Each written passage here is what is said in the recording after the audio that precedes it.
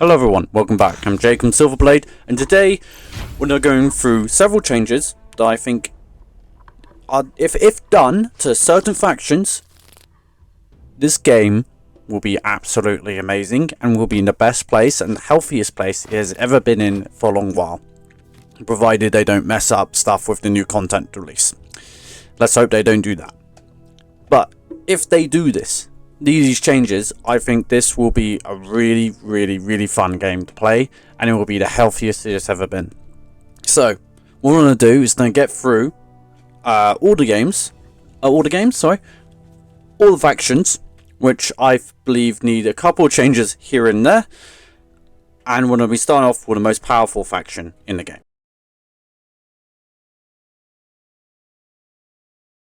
Right, so GSC. Yes, I know some people might say Astra Militarum, in which case I would say you do have a point.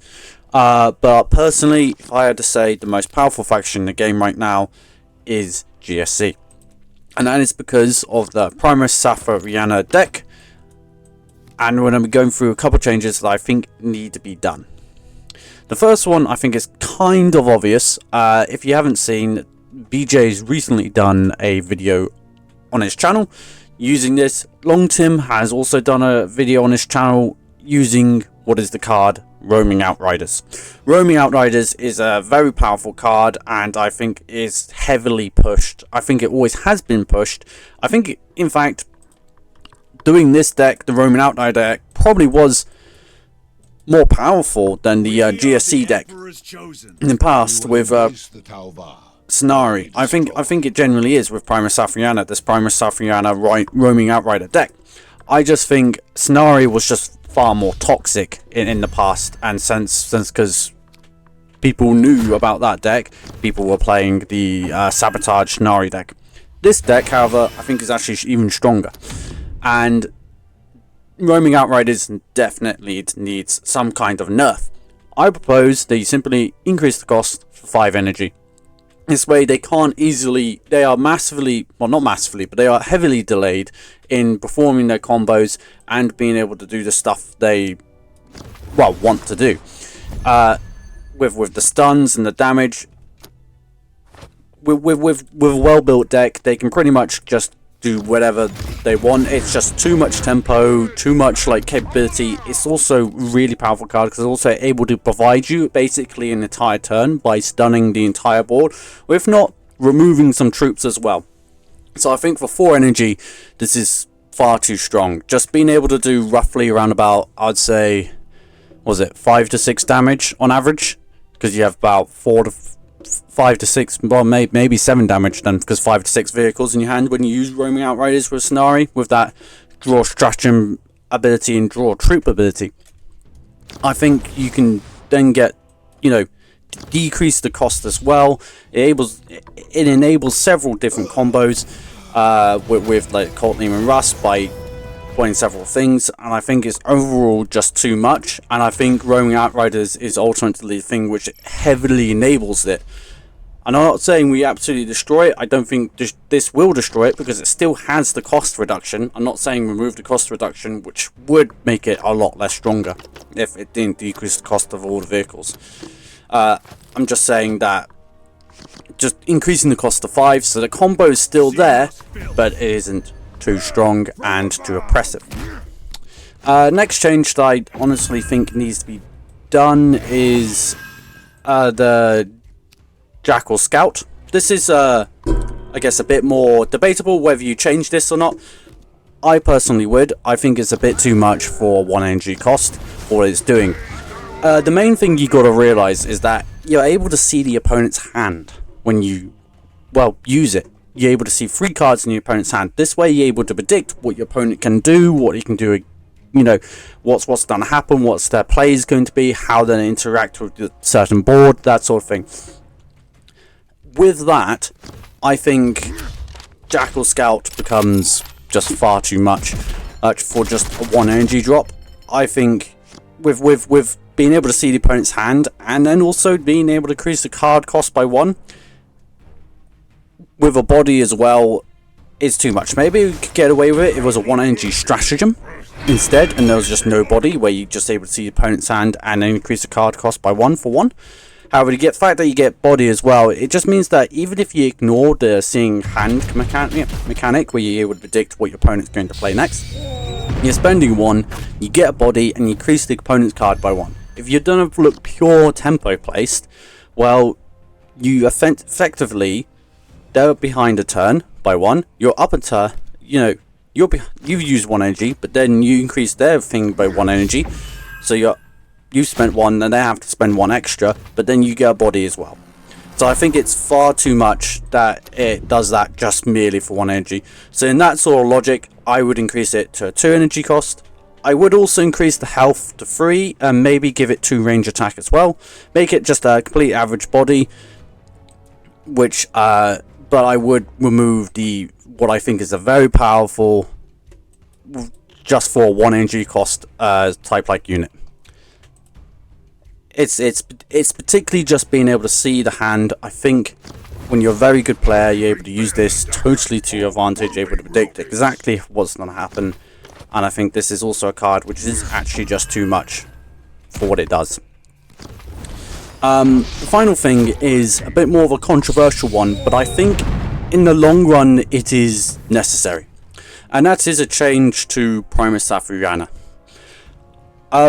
Now, how to exactly change it is a bit debatable, but the ability to just draw a troop and draw a stratagem and being able to choose either or becomes completely problematic.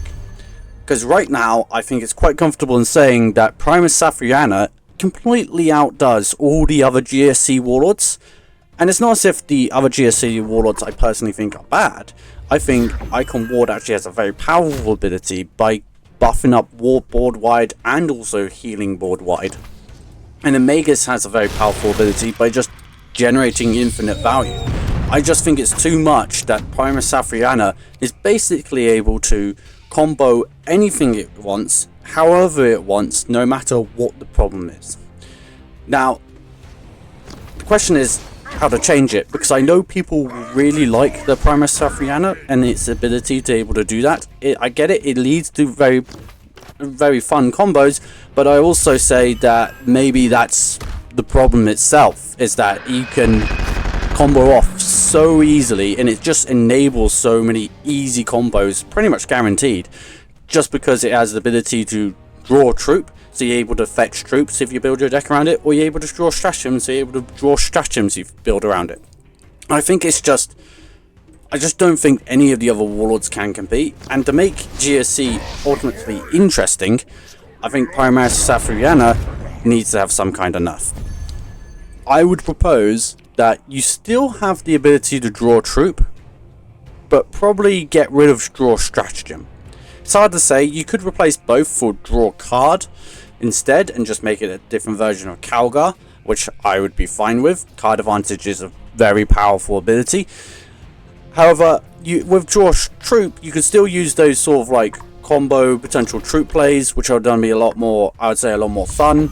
If that's too much, I would make it just draw a card. But I would say, as its third option per se, that instead of it being, draw troop and draw stratagem, you have one thing which is draw one or the other, and then I would make the third one, which is activate the ambush of a random friendly unit. You're spending 2 energy to do that. I'd also, if it's possible, to not just make it like the Attilian Rough Rider, where it just activates it, trigger the ambush of abilities of all friendly troops. It just sort of like triggers it. It doesn't actually make the ambush disappear. So it would be trigger the ambush of a friendly unit and make it go out of ambush, or just make a friendly unit go out of ambush for 2 energy. Something like that. In which case, I'm more than fine with that, and that would lead to different things which you could do, which would be very interesting if there was just some sort of way to do that, and then it would lead to more ambush archetypes, and hence I think that would synergize actually with the draw troop sort of ambush effects, and then you would want to build a deck around that, which I think would be pretty cool. It would of course still remain at 2 energy, but I just think right now as it stands, there's like no reason to play any of the other GSE Warlords. If you're going for Sabotage, you might think you would use Scenario because it has an ability to create Sabotage in the opponent's hand. I honestly think Primus Saphira's ability to just draw Stratagem means that it can just get all the Stratagem cards, which is important for putting Sabotages in the opponent's hand, like cut them off, or if you needed to put other things in, like Backstab and Clandestine Operation. I think these are far too important to be able to do this. If you wanted to go for value, well, probably Primus Saphiriana with its troop draw could probably outdo Magus by being able to get the exact card when you want it, sort of thing. The only thing which I could say is not outdone is like Icon Ward is better aggro overall, but you can still do combo aggro with Primus Saphiriana. You can't do that with Icon Ward, and it combo aggro where you're like, you know, you're going to enhance musculature and you're particularly using, what's the card, it's a 4 energy drop, Nexus, to massively increase the melee attack of all your units. That combo aggro deck, I would say that, you know, like Primus Saphiriana just ultimately does that better. So I don't see a reason to be playing any other Warlord as GSC Primus Saphiriana, and that's why I think changes that I said, removing the raw stratagem ability and putting in maybe something else, or just maybe nothing at all, will make, even though I don't think that'll be a particularly popular change, I can see how people don't like it. I think it's a necessary change for the long term in the game.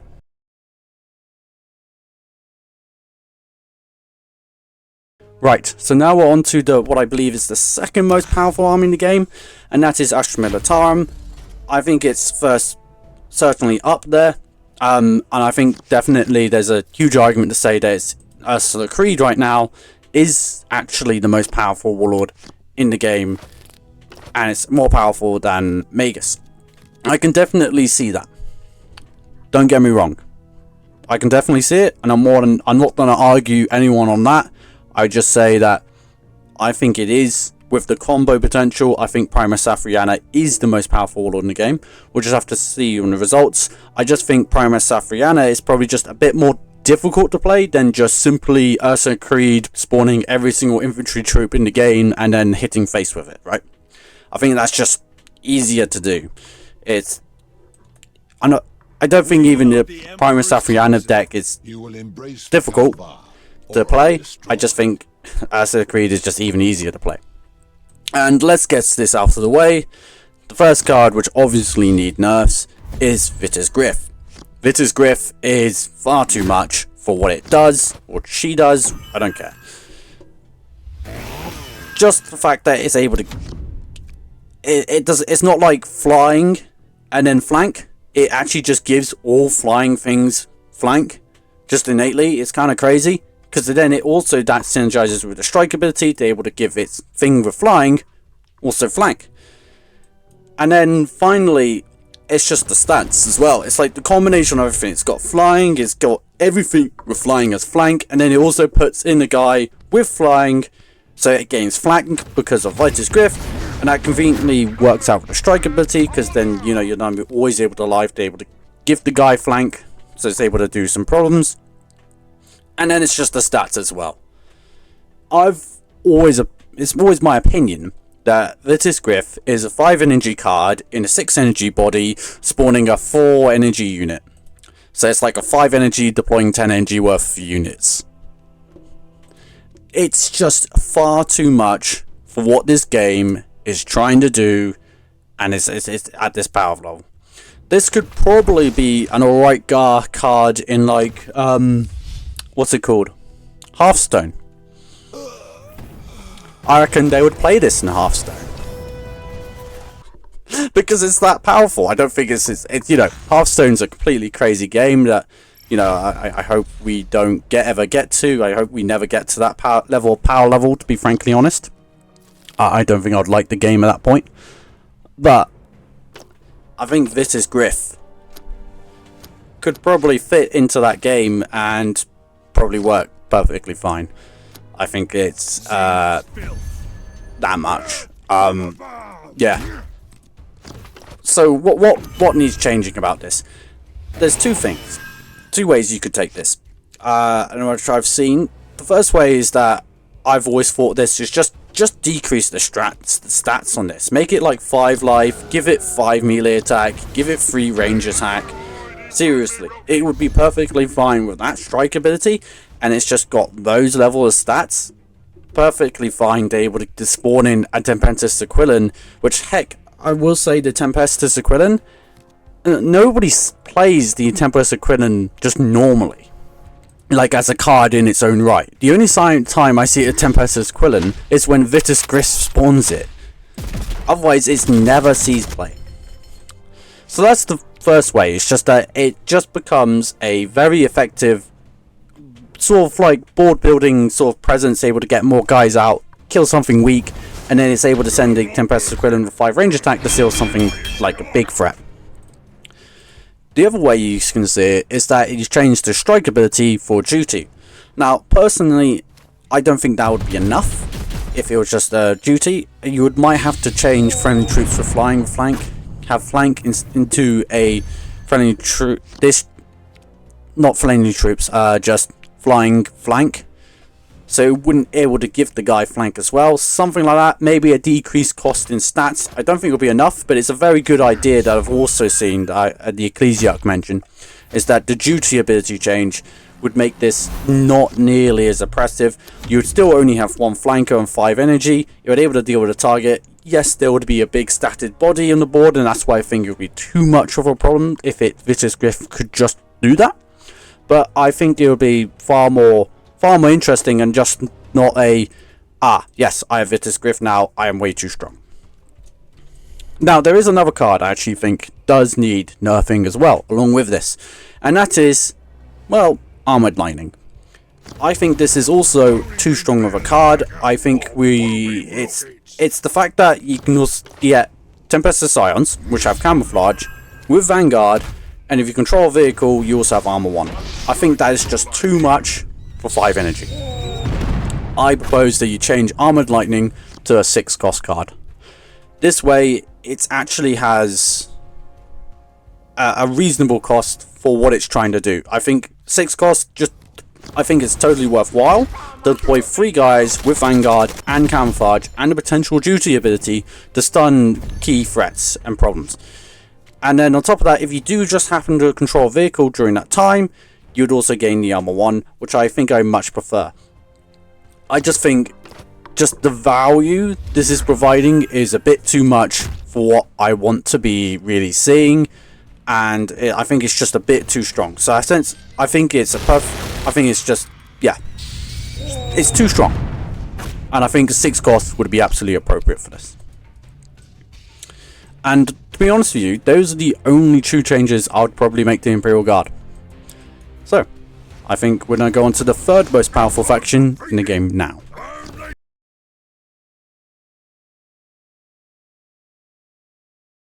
So we got the Dark Angels, and this, I do believe, is the 3rd most powerful faction, and I think there's only one change I want to see with the Dark Angels, actually. And it's because I think everything else is fine. You could argue maybe that Deathwing Assault is a bit too much, where everything gets +2, +2, +2 life. I think you could also argue that, Ancient Reliquary is too much as well, with the, particularly it's the +3 life. You could definitely change that to only give +2 life to a friendly troop for only 1 energy. I think that definitely can be too much for just a 1 energy card. They're able to give +3 life to a particular unit which has armor and it's not going to die, but it also has the flexibility of giving plus that range attack to something which is like range flanker, to able to take out something big. I think it's just too much value to able to give something +3 life. I think it's too difficult to deal with for like cost values, that sort of thing. But I will say there is one card which I think absolutely does need to be changed, and that is Deadly Hunters. I think this is just deploying a Black Knight for each enemy unit. It's way too much for 7 energy. So there's only 2 things I can really propose here. Proposal number 1. Increase the cost to 8. This way, it's a lot more fairer, I think, if it's an 8 energy cost. It's just at 7 energy cost. It's too much. It does too much for too little. It's able to completely deal with boards. Quite often, you not only deal with, but you end up gaining tempo from it. You're able to get, quite often able to take gain a lot of I'm trying to think, secrets, because of course the Black Knights themselves gave you quest points. I think it's just too strong of a card for 7 energy, and I think an 8 energy cost card will be not make it too weak. It would make it appropriately statted for what it does. Now I will say, quite often they don't like doing this where they have a legendary for 7 energy cost and then a legendary with 8 energy cost, because of course if you increase Deadly Hunters to 8 energy cost, well now you have 2 legendaries at 8. There's other 7 energy cost options, but quite often I think they try and avoid that. So if you are going to do that and you're going to do it that sort of way, I would change Deadly Hunters to deploy 1 Black Knight for each enemy troop. This way you're not, if there's a Black Knight which cannot be dealt with by just 1 Black Knight, quite often they will always have the spare Black Knight, because it's enemy unit, they're able to spend 2 into, and often all the other things can be dealt with by the other Black Knights. I think that just making it for each enemy troop means that they don't have that spare Black Knights, so they have to overcommit to that 1 unit, and then that means that quite often something small will live. And I think then that will be a perfectly fine card for its energy costs. That is the other way I would change it. And that, to be honest with you, maybe, as I say, Deathwing Assault could use a nerf. Maybe Ancient Reliquary could be nerfed. But I think Dark Angels would remain as a strong faction, but a reasonable faction after that specific change.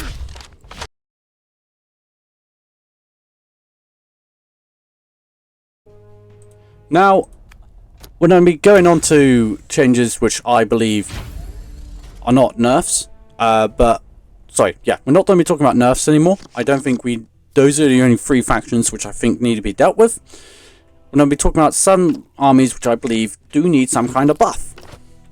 And I think in that list, we've got to be talking about Necrons. I think comfortably Necrons they do have Warlords, they do have a playstyle. I think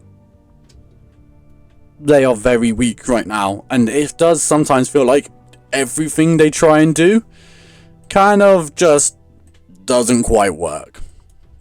Like, I think, to name some other weak armies, you could argue Tyranids, but they've recently received a buff, and they've actually got very good playstyles, particularly with Neurothrope, where they can do some scary things, particularly if they go second.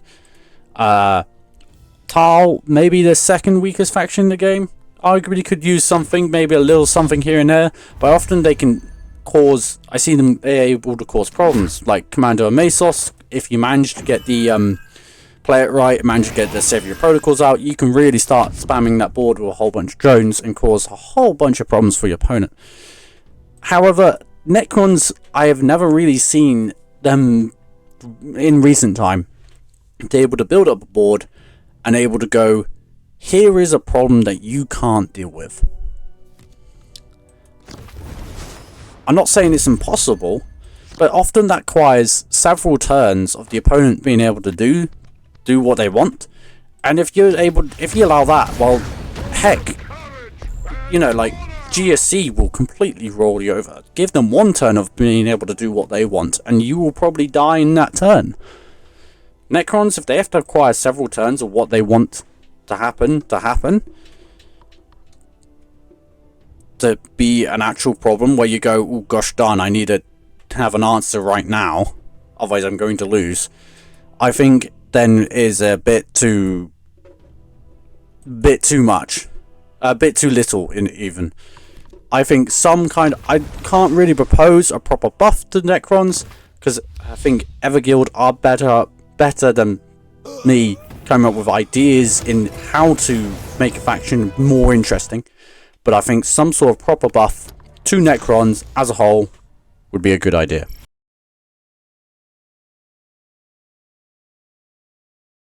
Finally, we're going to be going through a couple of cards here and there for each faction, which I believe could use some help.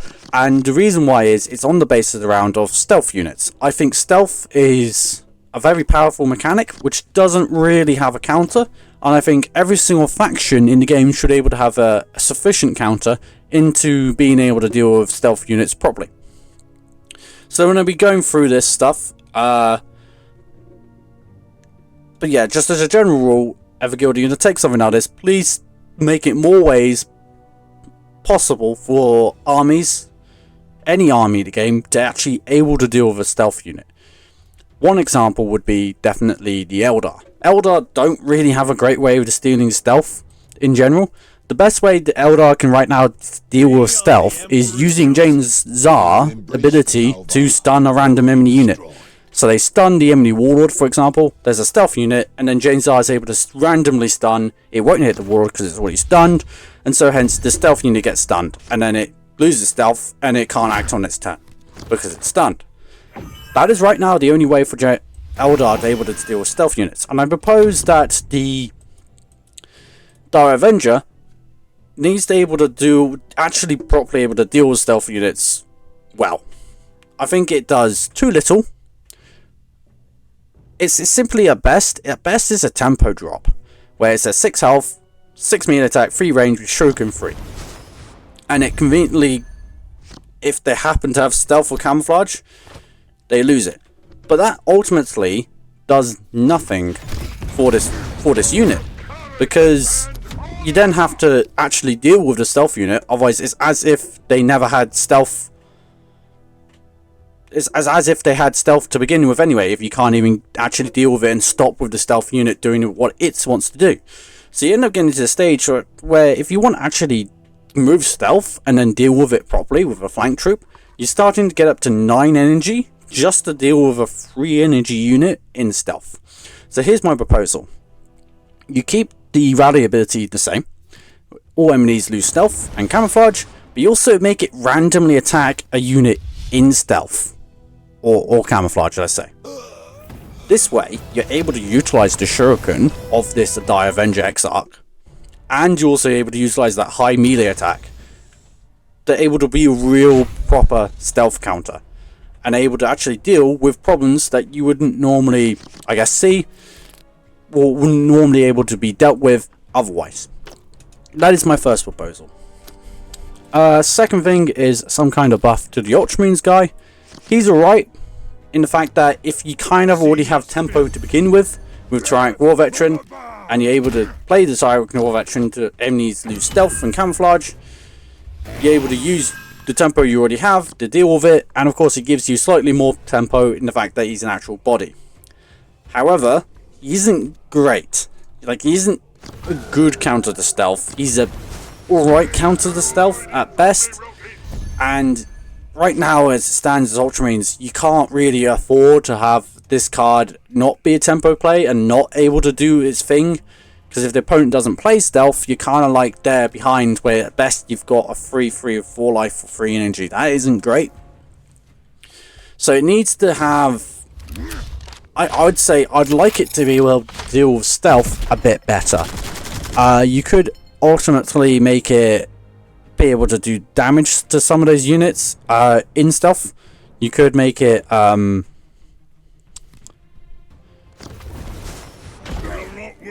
just a small amount of damage. So the idea is that damage, and then also the warlord itself is able to kill it. For example, you could able to do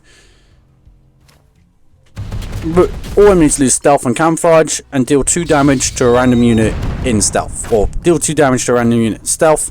All enemies lose stealth and camouflage as a rally ability. So you're actually able to properly deal with a stealth unit on the time it comes on the board. With, for example, your warlord. Your warlord would end up trading with the unit. The warlord will most likely take some damage back, depending on the opponent and the unit they use. And I think that would be appropriate. Another example would definitely be the Necrons, funnily enough again. And I would say just 4 energy to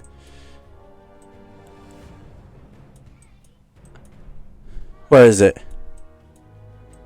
Do apologise. Solar Pulse. Blind all enemies and they lose stealth and camouflage. I think this does too little. This could go down in cost. It could be a 3 energy cost card. It could do maybe a bit more. Maybe instead of blind, it could stun all the opponents which have stealth, for example, instead of just it being a losing instead of just being stunned. Solar Pulse I think would be appropriate if it stunned the actual units in stealth, and then hence you're actually able to deal with it for a turn. And those are just some examples of stealth units, stealth counters, which I'd love to see for every single faction in the game.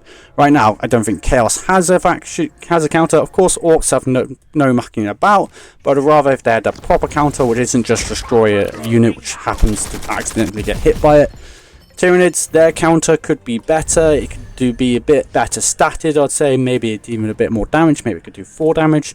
And then I'd love to see Sisters, Tal, you know, some of these useless units you wouldn't normally see in the game. Just get some kind of anti-stealth counter, so that, you know, each faction's able to have a stealth counter if needed.